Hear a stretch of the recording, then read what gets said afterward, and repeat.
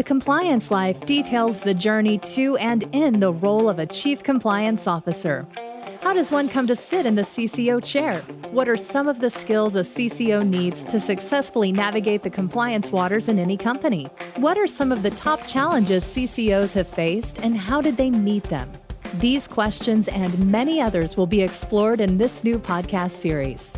The Compliance Life is hosted by Tom Fox, and each month he'll present the story of one CCO through 4 episodes. The Compliance Life is a production of the Compliance Podcast Network. Ryan Rabalais has over 2 decades of legal and compliance experience in the oil and gas sector, including being a vice president and chief compliance officer for 2 different public companies with global operations. He has a history of providing practical solutions to the business and managing overall corporate and regulatory compliance programs. His compliance experience includes a focus on anti-bribery, anti-corruption compliance, sanctions, trade control, U.S. anti-boycott, reporting to senior management and the boards of directors. In this 4-part series, we look at, in episode 1, Ryan's career path. Was it a roadmap or was he simply along for the ride? Episode 2, the problem of transparency in the black box for compliance. Episode 3, the skill sets needed for the CCO chair. And episode 4, the culture of a company and the role of a CCO in fostering that culture. It's a fascinating exploration of a person who's been in compliance literally since the start of this century, and I know you will find it fascinating, interesting, and very enjoyable. Thanks for joining me, and I hope you'll stay with us for the entire 4-part podcast series. The Compliance Life is a production of the Compliance Podcast Network.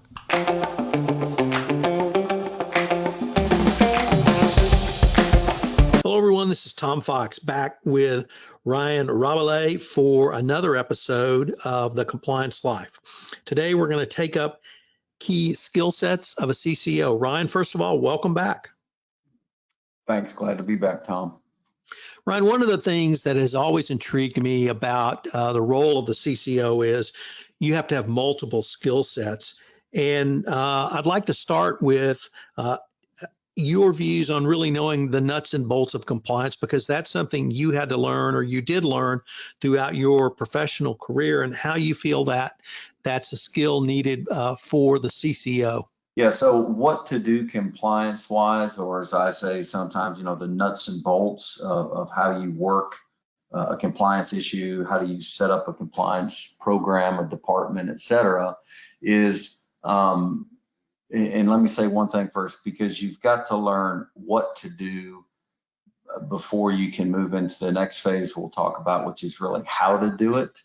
But let's stay on what to do for a second. So what to do, I think of is it's learning the rules of the game and maybe some strategies for playing the game. But first off, just what are the rules? And you need to learn it solid, because it's always your base to go back to. And again, the one end of the spectrum is to maybe tell the business one day, hey guys, we cannot do this. And probably 9 out of 10, the reasons you're saying that is there's a legal reason why we just can't do it as a company. I mean, the black and white example would be, hey, it's illegal. Okay, it would be illegal if we go this way on that, or do this action, take this action. And so you really need to learn those rules, and maybe in an FCPA sense of guys, that's a facilitation payment, we don't pay them. Or you want to make that payment, it is not a facilitation payment, that's going to be seen as a bribe or something like that.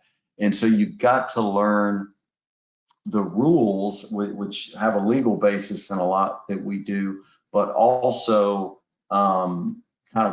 importantly, maybe not a legal basis of just a compliance department about how you work things as a compliance department about, if a CEO is asking you, hey, do we really need to send people around the globe to train people in person?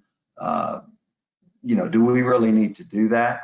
And you need to have down in your own head your answer to that, which I would say maybe is, well, yes. Do we need to do it every 6 months, even every year? No. What I'll tell you though is in the high risk areas, I think we better do it at least, once every 24 months or whatever your kind of risk analysis has come out to. There's not a law that says you do that. There's, frankly, DOJ guidance that says have effective training. But to me, that's part of learning the rules and the strategies for playing it. And so you're going to be seeing, particularly as a chief compliance officer, you're going to be seeing, as you should be seeing, as the ultimate say on that, and the ultimate knowledge base for that. And so obviously you need to know that. And I think most people that work in compliance, this is it makes sense that this is in the first part of your career. It takes some time, I would say years, to get that down, what to do on due diligence with agents, what to do when vetting charitable donations, what to do in a training program, what to do in internal investigations, et cetera, et cetera. But over time, you get that down and you're solid about it, along with the do's and don'ts of kind of how you approach things. Hey, does the due diligence file have to be a foot thick? Well, no. But how much needs to be in there? That's the kind of thing you learn along the way. I would put that in the what to do part of the compliance part, Tom. Ron, I've had the privilege of hearing one of your former bosses, Jay Martin, over many years. And one consistent theme I've heard Jay talk about is implementation and execution. And he continually reminds us that is where the rubber meets the road. What are your thoughts around not what to do, but how to do it, the implementation and the execution of that implementation? Yes, absolutely agree with Jay, as I think anybody would. And really, you think about this is broader than compliance. This is just about being a professional. But I can tell you every job interview I've had in a thorough job interview about compliance, this is what they really want to talk about, particularly as you go up the ranks, certainly a chief compliance officer. There's a lot of lawyers they can stick in a room or other compliance professionals that'll tell you what a compliance program looks like. But the real job, in my opinion, where you really make your money is, well, how do you do that? How do you implement it? Okay, we need to vet all the charitable donations is one small example of 50 things you're going to have to do. Well, how do you do that? We've got a couple hundred a year going on at this company in all these different countries and all these different business units, and there's no central coordination of it. So how do you plan on vetting them all? And you need to have an answer to that. And you say, well, that's my job. That's why you would hire me to do X, Y, and Z. But the implementation, that is the hard part. You're essentially, in many cases on these compliance issues day to day, you've got to convince business people to do things they don't want to do. And so how do you do that? And it's all of that, I would say, craftsmanship of compliance, where you're a little bit of a salesman, you're a little bit of a lawyer in that legal sense, and you need to be, in my opinion, a little bit of a business person, in the sense, I'll give you a phrase that business guys love to hear that I use a lot. Hey, I get it. If the company doesn't make any money, none of us have a job. And it's saying things like that just reminds them that, hey, this guy gets it.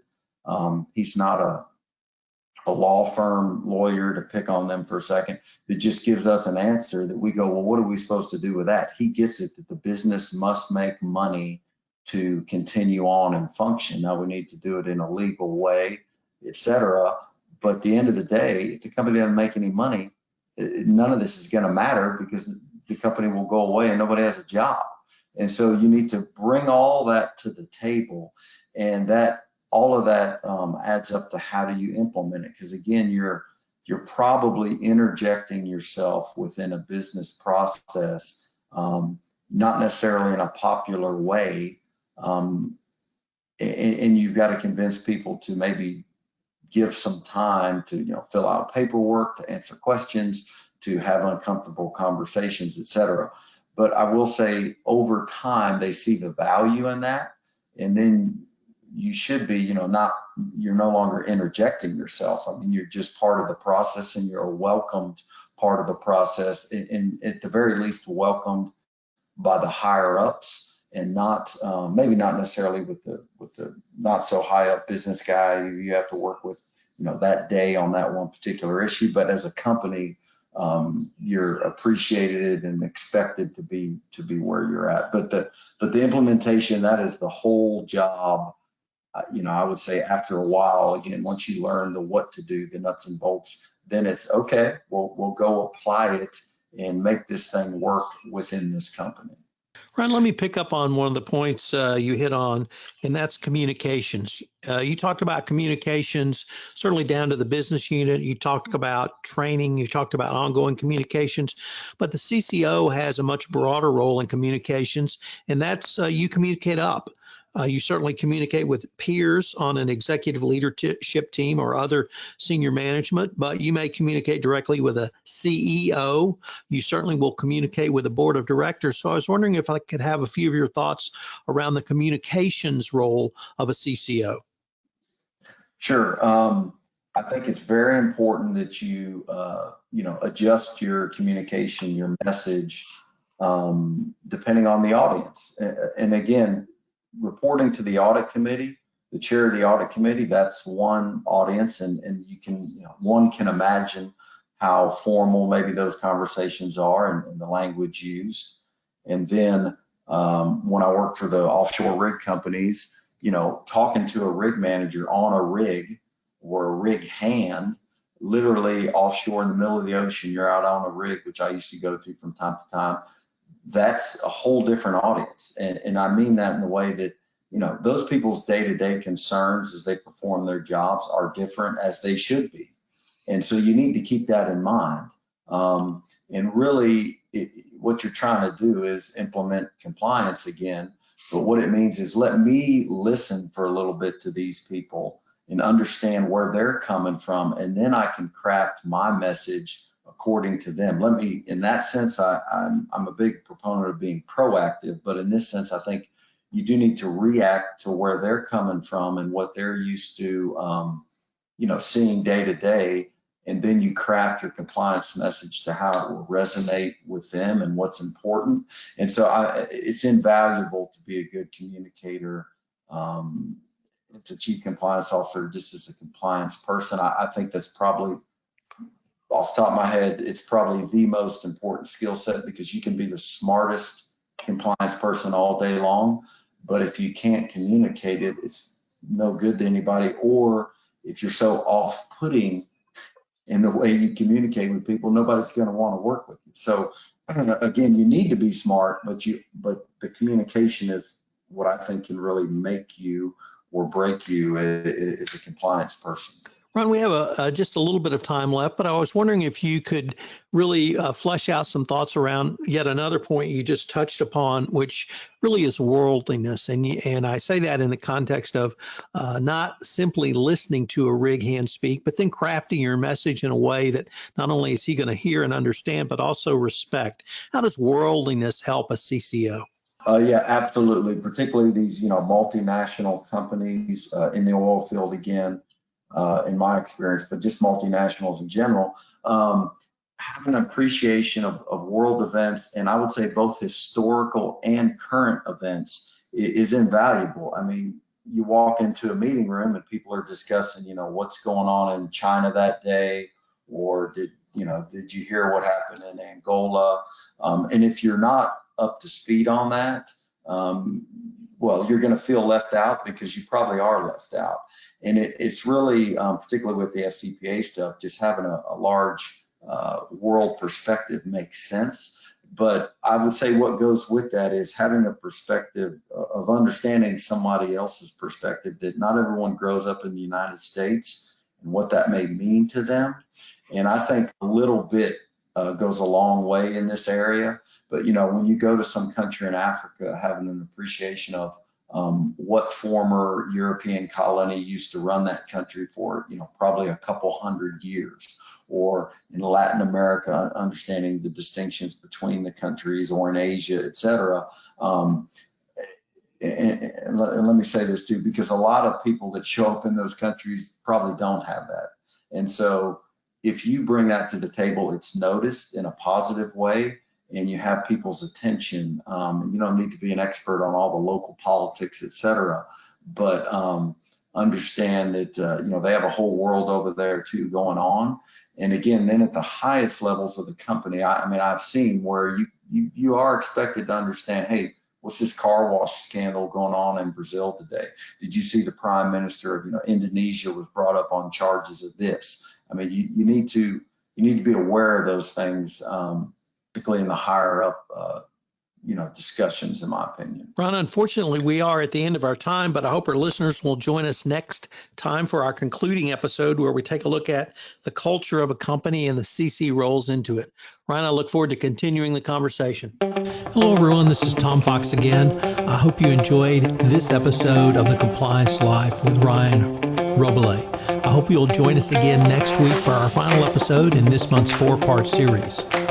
The Compliance Life is a production of the Compliance Podcast Network. If you'd like to be featured on The Compliance Life, please give me a shout at tfox@tfoxlaw.com. Thanks again for listening, and I look forward to visiting with you again and with Ryan Rabalais for our final episode of the June edition